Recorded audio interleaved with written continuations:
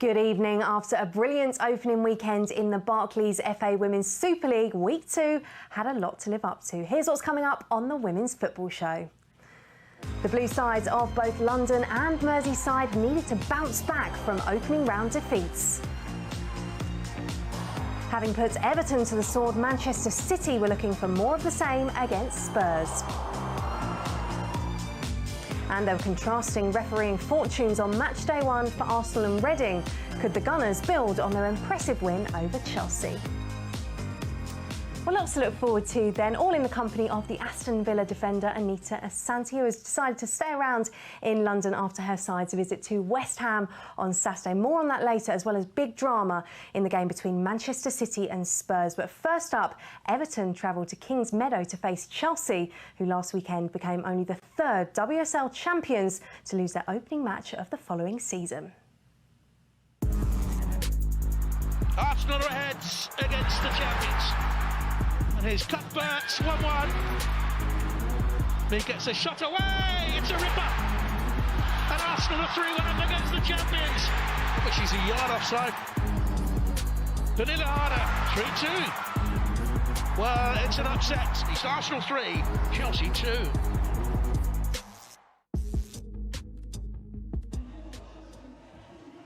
Your commentators for this one, Rachel Brown-Finnis and Robin Cowan.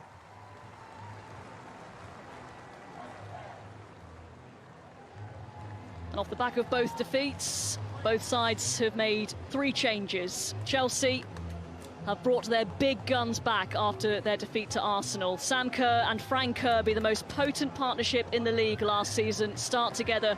They provided 53 goals between them last season.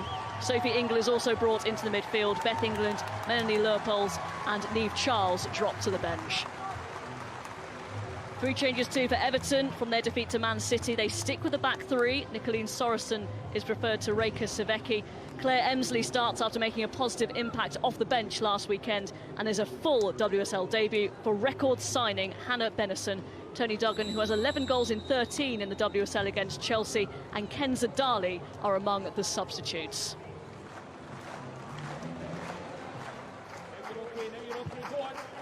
So again, Everton coming up against a side that they haven't had much joy against early on this season. Kerr nicks the ball back at Sam Kerr. Couldn't beat McKeever at the near post. Narrowed the angle, really. Limited options, but good position from Sandy McKeever.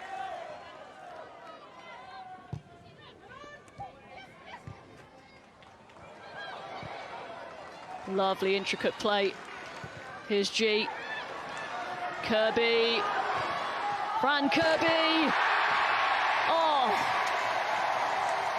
Kirby off the mark for the new WSL season with a wonderful goal. What a beautiful finish. She opens up, jinks and twists. And that's sensational.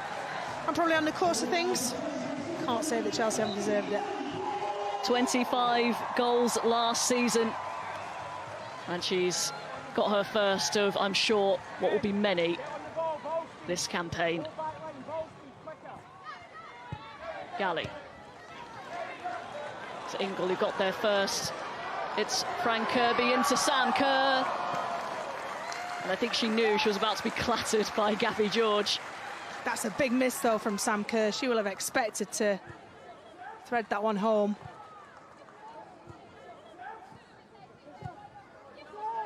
Chelsea come again. It's Harder. Oh, inches wide. Everton not really doing themselves any favours, though. Turning over possession in really dangerous areas.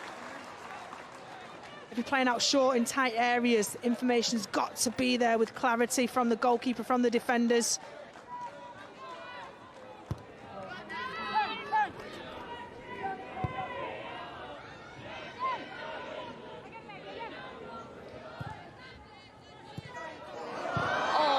Dearie me. Oh, I mean, there are gifts, and then there's that. Megan Finnegan with a miscue, and Sam Kerr with an open goal, and she wasn't going to miss that. Really bad error from Meg Finnegan. just a lapse of concentration. The worst possible start to the second half for Everton. Brighton. Dangerous. Camilla Harder. Trying to find Kerr. Kerr trying to put it on a plate for G. Unselfish in the extreme from Sam Kerr. I can't see Emma Hayes, but I can imagine she will not be happy with Sam Kerr passing from, what, 3 yards out? Cuthbert's delivery. It's Bright across the face of goal. Kirby trying to force it in, and it's a decent stop by McKeever. It was excellent when it comes from your near post side as a goalkeeper to get yourself across and in the right position to be able to make a save, get on that angle.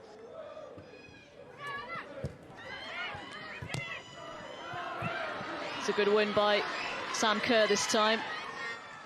Finds Kirby, is allowed to make her way nearer the penalty area. It's Kerr, miscue, Harder, off the post. Oh, she probably had a little bit more time than what she recognised.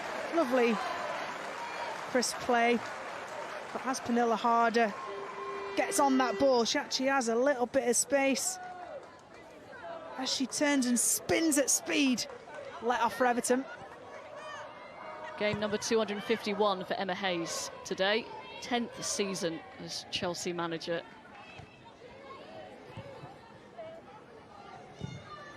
Brighton's cross, it's Kerr! And that should just about wrap things up for Chelsea. 1 for Kirby, 2 for Kerr. They've hit the ground running in their opening home game of the WSL season. That's what Emma Hayes wants to see from Guru Wright, and it's a pinpoint cross. Pace is already on it. She's just got to direct it into that bottom corner. Quality all round, and 3-0 to Chelsea. You have to say it's fully deserved.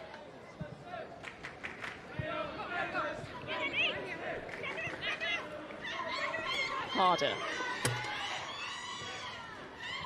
They perhaps should have a goal this afternoon. Brighton. It's come all the way through to Cuthbert!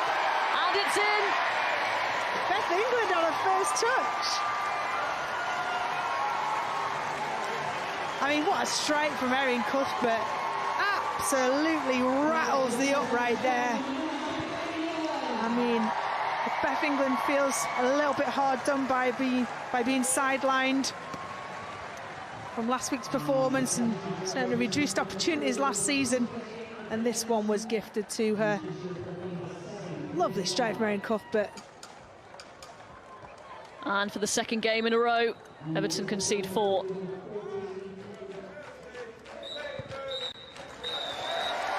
Chelsea up and running for the new season thanks to the Kerr-Kirby combination. 3 goals for them, and then a 4th for Beth England. Full-time, it's Chelsea 4, Everton 0. If England can get it right with Fran Kirby under Serena, then the country will benefit, not just her club. So I'm hoping goes away an international break and they finally get it right to manage her appropriately, because Fran Kirby is one of the best players in the world, and along with Sam Kerr, they've got a partnership that they've built on from last year. I'm never worried about my job. Yeah, that's out of my control. So, you know, if I'm not here tomorrow, I'm not here tomorrow. If I'm here for another 3 years, I'm here for another 3 years.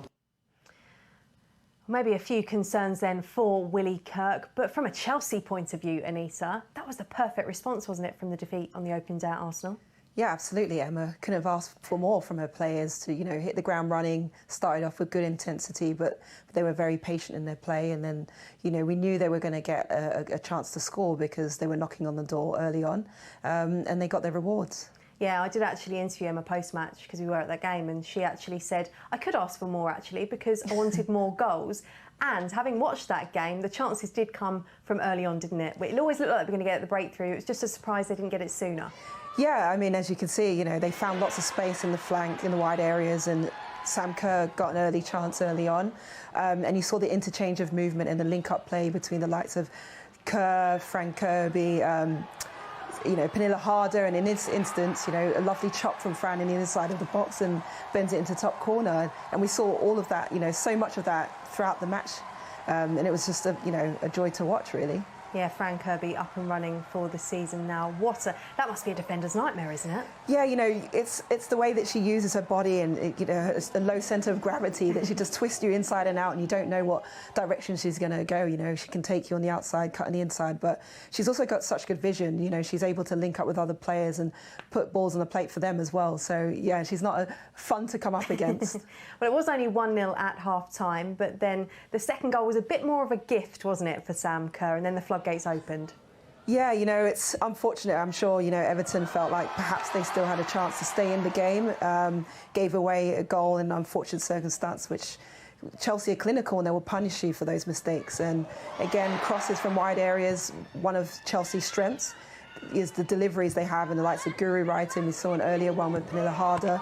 And again, capitalised off a rebounded shot from Erin Cuthbert.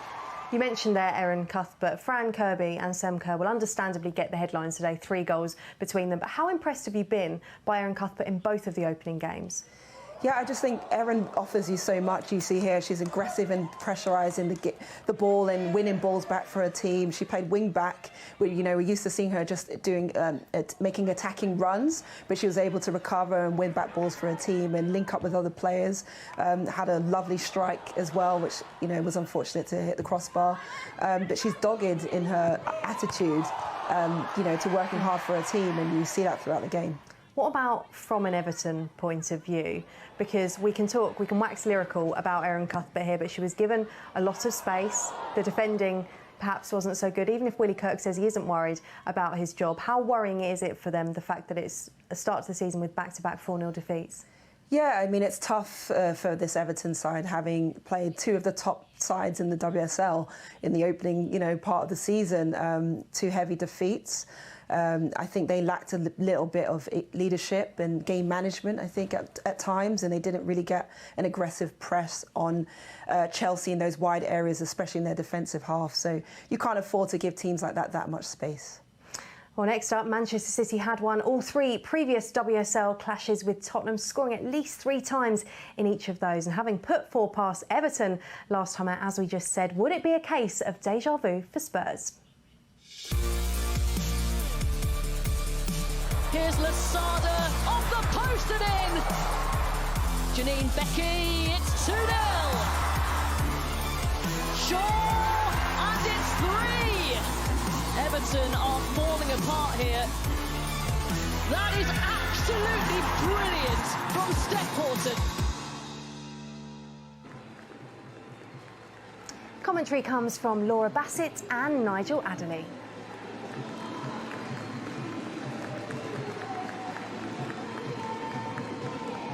Gareth Taylor continues to rotate in the light of a lengthy injury list and the number of players lacking full fitness following the Olympics.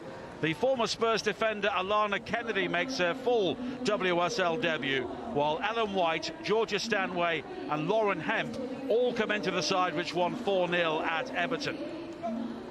Becky Spencer is restored to the Tottenham goal, with Tina Corpella dropping to the bench. Last week's match winner Kit Graham was also left out, with the Australian international Kia Simon available after receiving a work permit. She had spells with both Boston and Houston in the NWSL.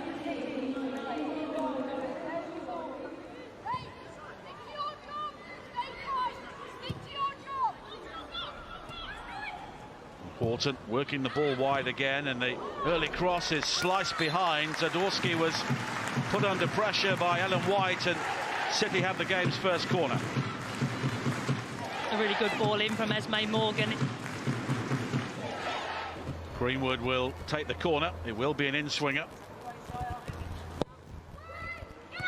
And it's flicked on and straight in. Manchester City have the perfect start.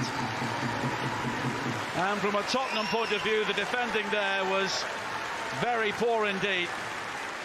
What a header that is from Lauren Hemp. She knows exactly where she's putting it.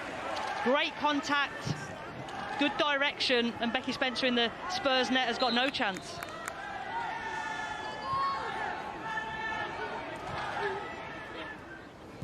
Manchester City have won 15 of their previous 16 games in the WSL. And that was a firm challenge. Neville was involved, and the yelp of pain from both players will lead to the medical teams coming on. Esme Morgan, the player down for Manchester City, and it's Esme Morgan who has been shown the yellow card. But sympathetic applause from both sets of players and the crowd here at the Academy Stadium.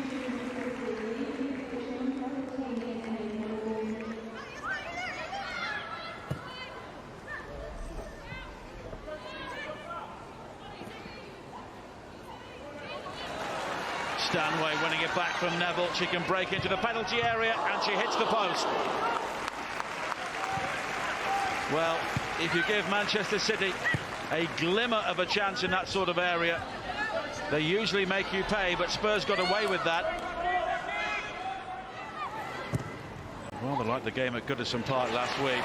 The two central defenders for City are having so much time on the ball. As a result, they always have an opportunity to build, and Ellen White almost made it two, and she was denied by a fantastic Becky Spencer save.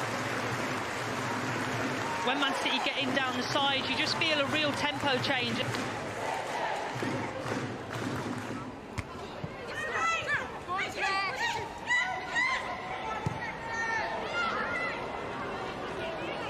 Obugagu. Naz waits in the penalty area, so too does Graham, and the shot from Williams, and Spurs are level. And it's the veteran Rachel Williams, and Manchester City concede their first league goal of the season.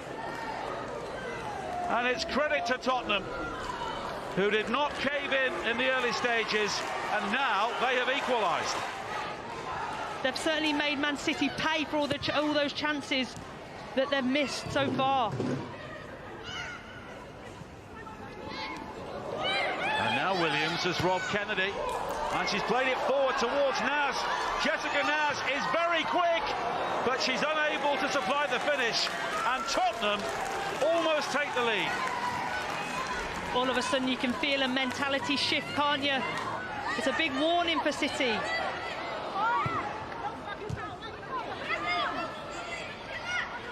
Here is Hemp. The low crossing is flicked on, and the shot fired towards goal. Brilliant save by Spencer. And Manchester City are denied again. Georgia Stanway this time.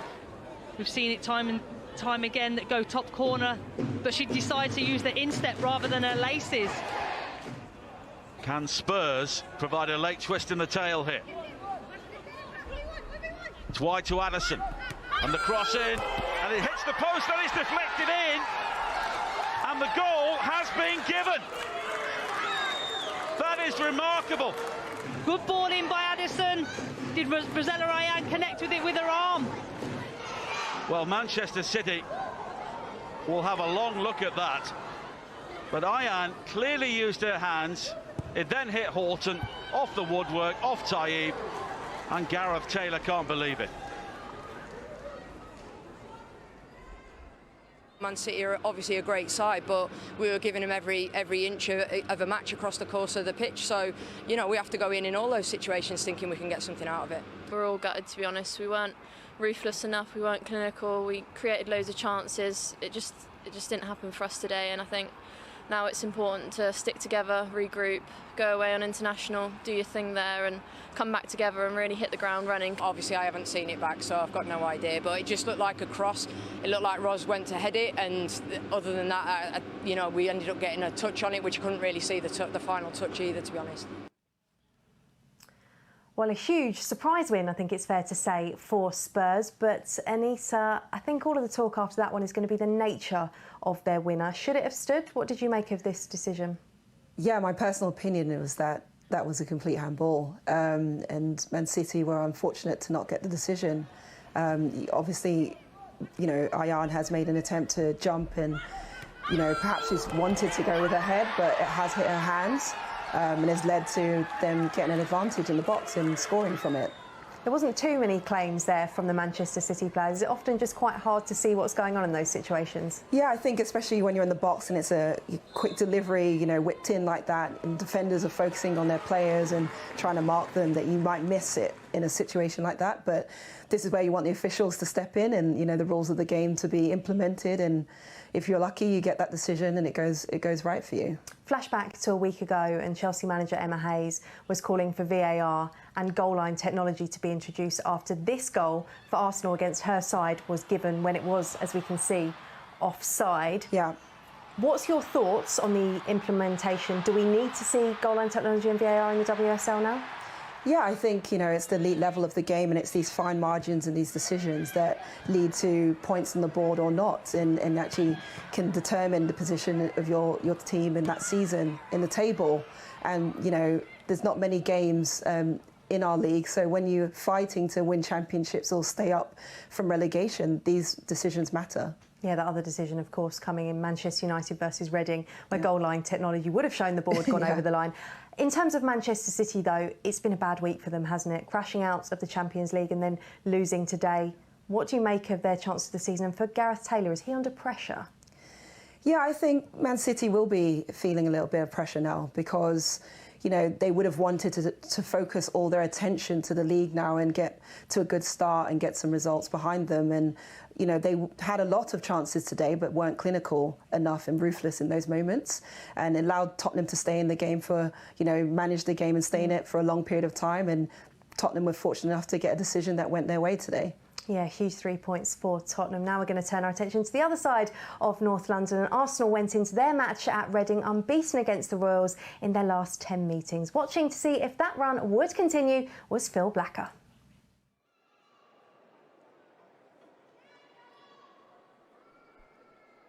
Very congested penalty area awaiting the delivery here. McCabe standing over the corner. And does deliver dangerously where it is met by Beattie.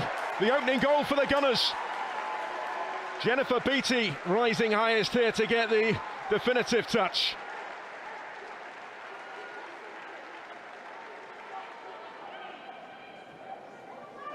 Options either side for Arsenal. This is Miedemar, no way through. Manum, and it will break here for Beth Mead. Really good finish. And the Arsenal lead is doubled half an hour in. And Beth Mead, who scored twice on opening weekend last time out, does so again here in emphatic fashion.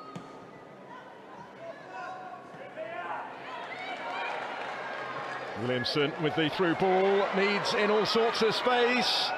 And still, and Miedemar, and it's 3-0 Arsenal. Reading carved apart. Mead so unselfish in teeing up Miedemar. Arsenal scoring twice in 2 minutes. And they are racing clear. Really well-crafted goal.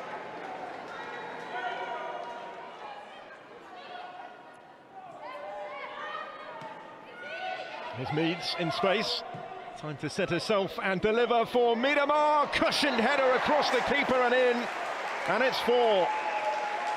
Arsenal racing towards a 6th successive away win in the WSL. And a second goal of the game for Vivian Miedemar. Made by Meads. And the goalkeeper Rhian Stewart, only brought into the team in the warm-up today, given no chance.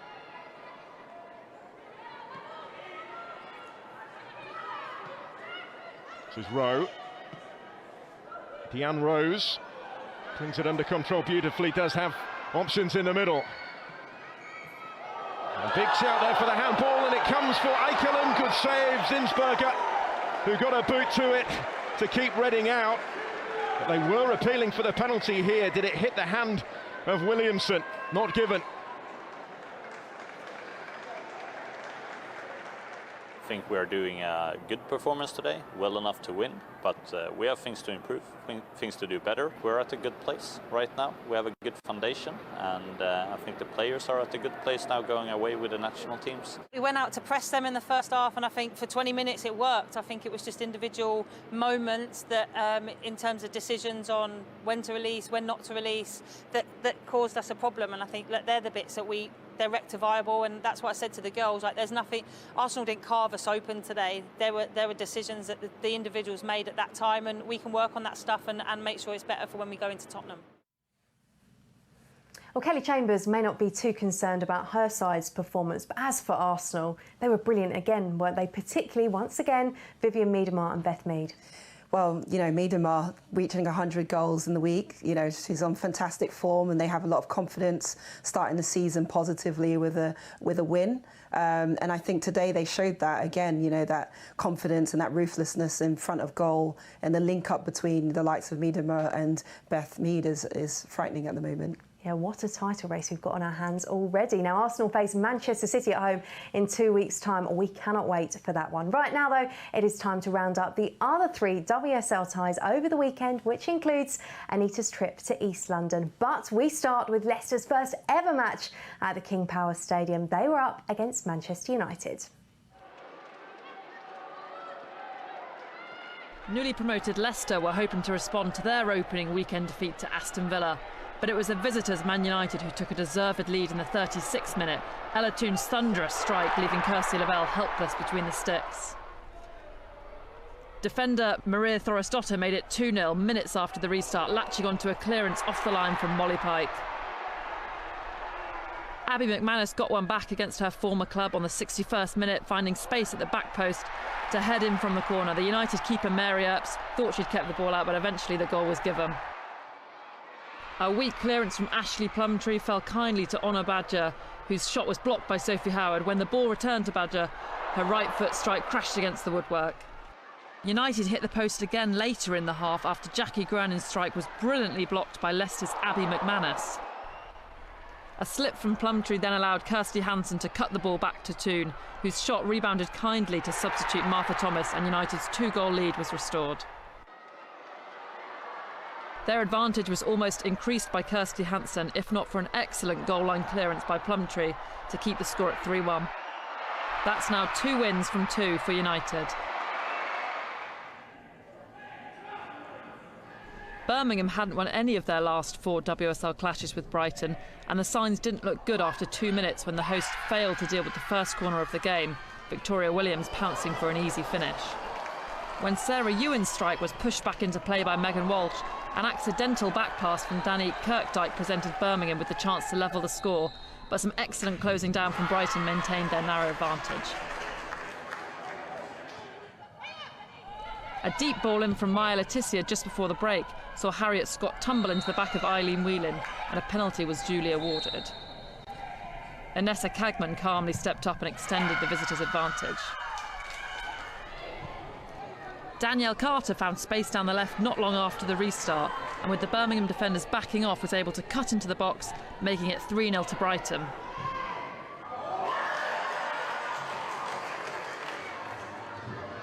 Carter was again involved in the next goal, laying off to Cagman, whose cross found Emma Cavisto, her header making it 4-0 to the visitors. When Kaylee Green latched onto a ball from Emily Simpkins on 70 minutes, her lob over Emily Ramsey wrapped up a fine afternoon for Hope Powell's side.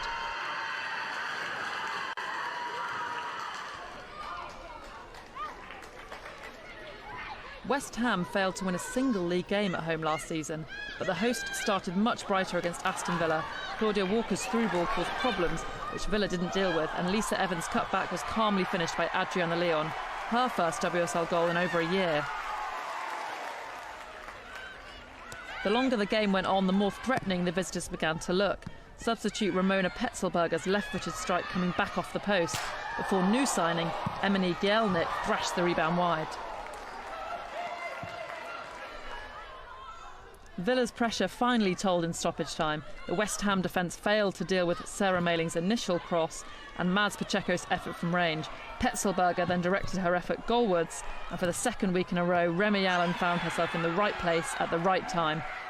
Carla Ward's side have now taken 4 points from losing positions in the opening 2 fixtures. Well, Anita, no wonder you've got a smile on your face. It's been a good start to this season for Aston Villa, coming from behind in 2 games. Yeah, I'm really happy with the team. We came back twice, showed a lot of character and resilience to stay in the game and get a goal back. Well, let's take a look now at the Barclays FA WSL table after the second round of matches. Now look at this, Brighton, wow, 7 goals and none conceded in 180 minutes of football. Now Chelsea are in 6th after their 4-0 win over Everton, while Man City are in 7th. The Toffees, along with Leicester, Birmingham and Reading, are still to get off the mark. Yes, plenty to look forward to, but let's finish by focusing in on the WSL because we were at Chelsea, so it was the live game on BBC Two. What a weekend of results. The title race is really shaping up to be quite interesting after only 2 match weeks. Yes, it's looking very exciting. I think it's opened up. You know, we didn't expect the champions to lose on the opening game. Arsenal look like they're full of confidence. Man City, you know, unexpectedly dropping points today just opens it up. And I think it's just so tight. It's going to be very tight at the top. And of course, Manchester United getting another win this weekend as well. Exactly. They want to be talked about in that title race. Yeah, I'm sure they do. And, you know, it just makes it exciting, I think, for everyone to just, you know, try and stake a claim within the top 3, top 4. Yes, well, it has been a brilliant weekend. Again, that's all from us today, though. We've had goals galore on the women's football show. It's been brilliant to have Anita's company. We'll leave you with the defending champions who bounced back from defeat last weekend in style. Goodbye.